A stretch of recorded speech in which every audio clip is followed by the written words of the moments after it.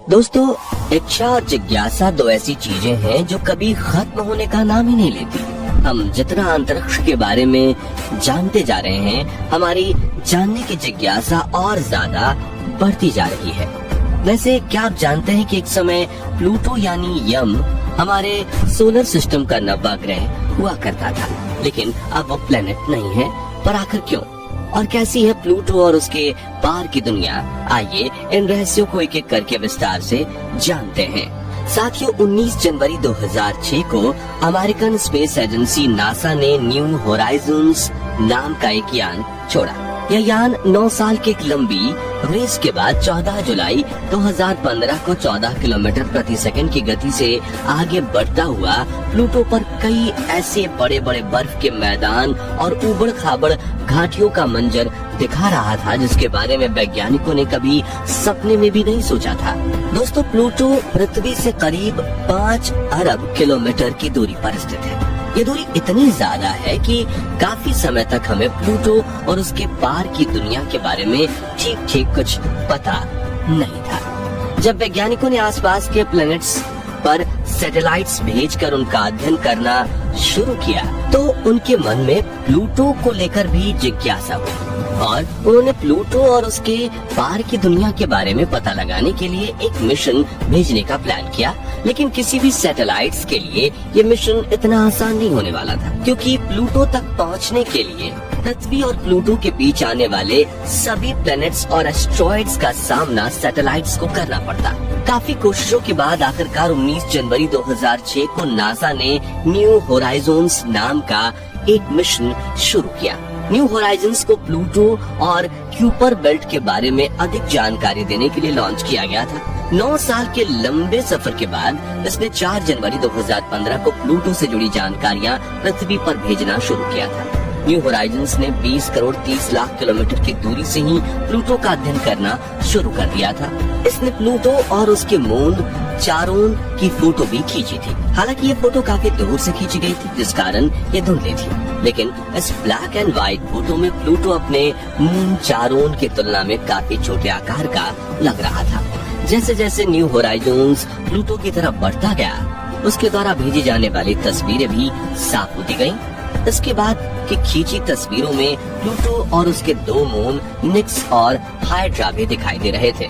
मई 2015 में जब यह यान प्लूटो से लगभग 5 करोड़ 50 लाख किलोमीटर दूर था तो इसने प्लूटो की कुछ ऐसी तस्वीरें खींची थी जिसमें प्लूटो अपने अक्ष पर घूमता हुआ दिखाई दे रहा था। जब अंतरिक्ष यान ने 20 करोड़ 10 लाख किलोमीटर की दूरी तय कर ली तब वैज्ञानिकों के लिए एक नई मुसीबत आ गई। दरअसल 11 मई 2015 से न्यू होराइजन्स ने कुछ ऐसे पिंडों की खोज की जिन्हें अभी तक देखा नहीं गया था और न ही इनके बारे में वैज्ञानिकों को कोई आइडिया था।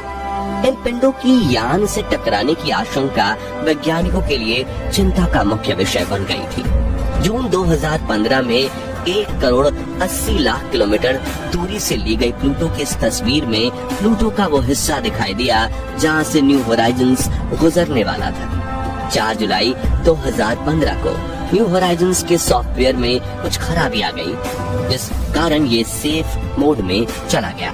सेफ मोड एक ऐसी स्टेज होती है जिसमें यान के सभी वैज्ञानिक परीक्षण बंद कर दिए जाते हैं, लेकिन खुशकिस्मती से जल्दी ही वैज्ञानिकों ने इसे ठीक कर लिया और 7 जुलाई 2015 को इसने फिर से वैज्ञानिक परीक्षण शुरू कर दिए। इसके बाद जैसे जैसे यान प्लूटो के पास जाता गया, हमें नई नई चौंका देने वाली तस्वीरें मिलने लगी और 14 जुलाई 2015 को आखिर वो पल आ गया जिसका हमें पिछले 9 सालों से इंतजार था। असल में इसी दिन न्यू होराइजन्स प्लूटो के सबसे पास से गुजरा। इस समय उसकी प्लूटो से दूरी महज 12,500 किलोमीटर थी। साथियों, इस समय यान 14 किलोमीटर प्रति सेकंड की गति से आगे बढ़ रहा था और तब न्यू होराइजन्स ने प्लूटो की जो तस्वीर ली उसने वैज्ञानिकों का प्लूटो के प्रति पूरे दृष्टिकोण को ही बदल कर रख दिया। इन तस्वीरों में बड़े बड़े बर्फ के मैदान और उबड़ खाबड़ घाटियां भी नजर आई। ये प्लूटो की वो दुनिया थी जो हम पहली बार देख रहे थे। इस तरह न्यू होराइजन्स ने सफलता के साथ अपने मिशन को पूरा कर लिया, लेकिन चूंकि अब इसमें बहुत सारा फ्यूल बाकी था तो वैज्ञानिकों ने इसके मिशन को थोड़ा और आगे तक ले जाने का निर्णय लिया। अब इसे प्लूटो से भी आगे क्यूपर बेल्ट में स्थित एक अंतरिक्ष पिंड अल्टीमा थ्यूले के पास जाकर उससे जुड़ी हुई जानकारियों को इकट्ठा करना था। अल्टीमा थ्यूले हमारे लिए एक छोटी अंधेरों से भरी एक बिल्कुल अनजान चीज थी। इसके पहले नासा ऐसी किसी भी चीज के पास नहीं गया था जिसके बारे में कुछ पता ही ना हो। आप इसका अंदाजा इसी बात से लगा सकते हैं कि इससे पहले वैज्ञानिकों के पास अल्टीमा थ्यूले की आकृति और आकार को लेकर कोई भी जानकारी नहीं थी। ऐसे में न्यू होराइजन्स के लिए इस अंधेरे भरे अंतरिक्ष के अंदर अल्टीमा थ्यूले को ढूंढना भी एक चुनौती भरा काम था। न्यू होराइजन्स इन तमाम चुनौतियों का सामना करते हुए 1 जनवरी 2019 को अल्टीमा थ्यूले के पास से होकर गुजरा। इस समय इसकी अल्टीमा थ्यूले से दूरी महज 3500 किलोमीटर की थी।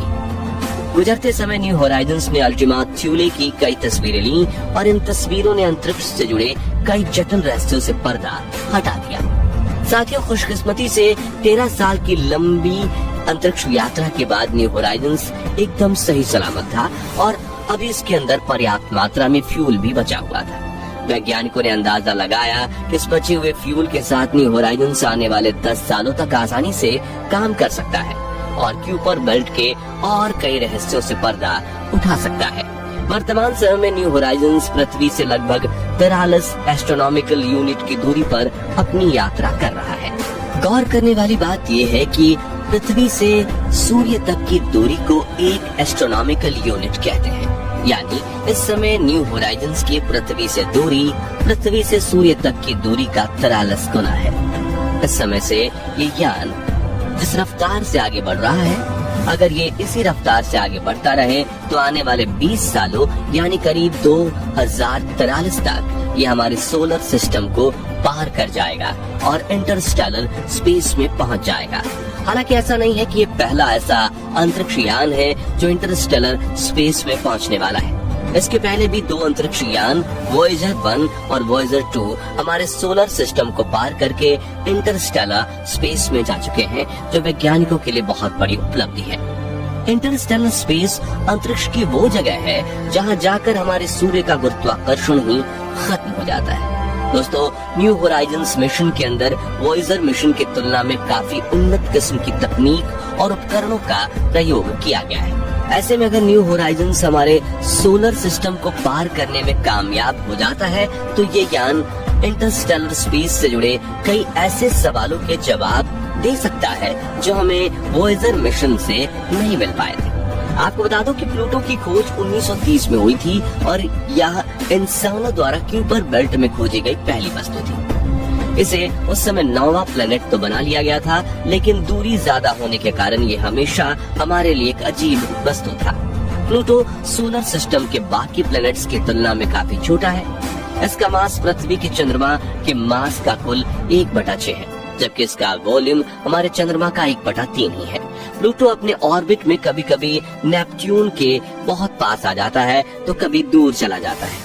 इसी कारण प्लूटो की सूर्य से दूरी लगभग 4.5 से 7.3 अरब किलोमीटर तक होती है और सूर्य के प्रकाश को यहाँ पहुँचने में लगभग 5.5 घंटे लगते हैं। प्लूटो के पास कुल 5 चंद्रमा हैं, जिनके नाम चारोन, स्टाइक्स, निक्स, कैरबेरोस और हाइड्रा है। चारोन को 1978 में खोजा गया था, वहीं जबकि निक्स और हाइड्रा की खोज 15 मई 2005 में हब्बल टेलीस्कोप ने की थी।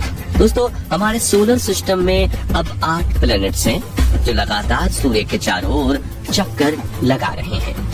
लेकिन प्लूटो या यम हमारे सोलर सिस्टम में एक ऐसा आकाशीय पिंड है जो सूर्य का चक्कर तो लगा रहा है, लेकिन हमने उसके प्लेनेट के दर्जे को अब खत्म कर दिया है। आपने बिल्कुल सही समझा।